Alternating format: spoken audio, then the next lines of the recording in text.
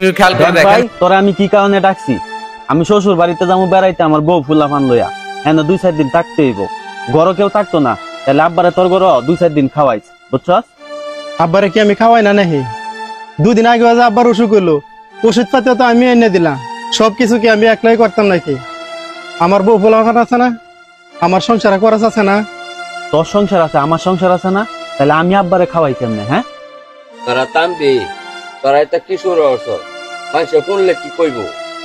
আব্বা শুনো, আমি এক জায়গায় যাই 2-4 দিন বেড়াইতে, আমার ঘরে কোনো রান্না বাড়া হইতো না, ঘরে কেউ থাকতো না, তাহলে হের ঘরে তোমার 2-4 দিন খাওয়াইলে কি এমন হয়েছে আমার কছে?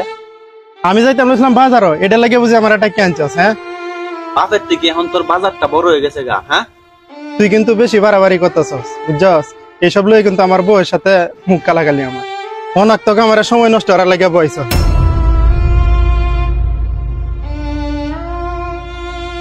আব্বা তোমার পুতে কিন্তু আমার উপরে তোমার টেলতাছে, তোমার পুতারে তুমি বুঝাইও। আমি গেলাম। যে ফুলাফান রে এত কষ্ট করে আমি খাওয়াইলাম, আর যে সেই ফুলাফানের গড়ই আমার কাউন নাই, আমার এমনি টেলা টেলি। ও চাচা, আসসালামু আলাইকুম। ওয়ালাইকুম আসসালাম। স্যারে আপনার কাছে পাঠাইছিল একটা বিষয় নিয়ে। আমার কাছে পাঠাইছে? কি বিষয়ের লাগে পাঠাইছে? চাচা, আপনার তো পারিবারিক অবস্থা ভালো না, অভাবে দিন কাটায়।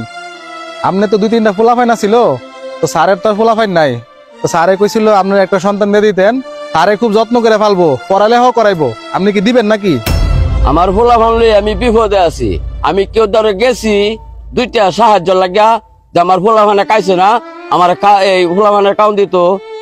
আমার যত কষ্টই হোক আমার ফুলাফান রে আমি ফালবাম।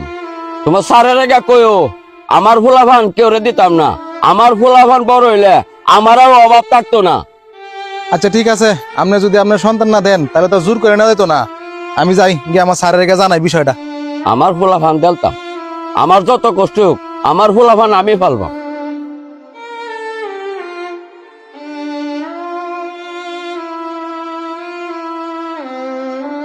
এই তোমরা তাড়াতাড়ি বাইরে আও, আমি বাইরে একটা অটো কারা করতেছি। আব্বা শুনো, তোমার গোয়াল ঘরের চাবিটা দিয়া যাইতাছি, গরুর একটু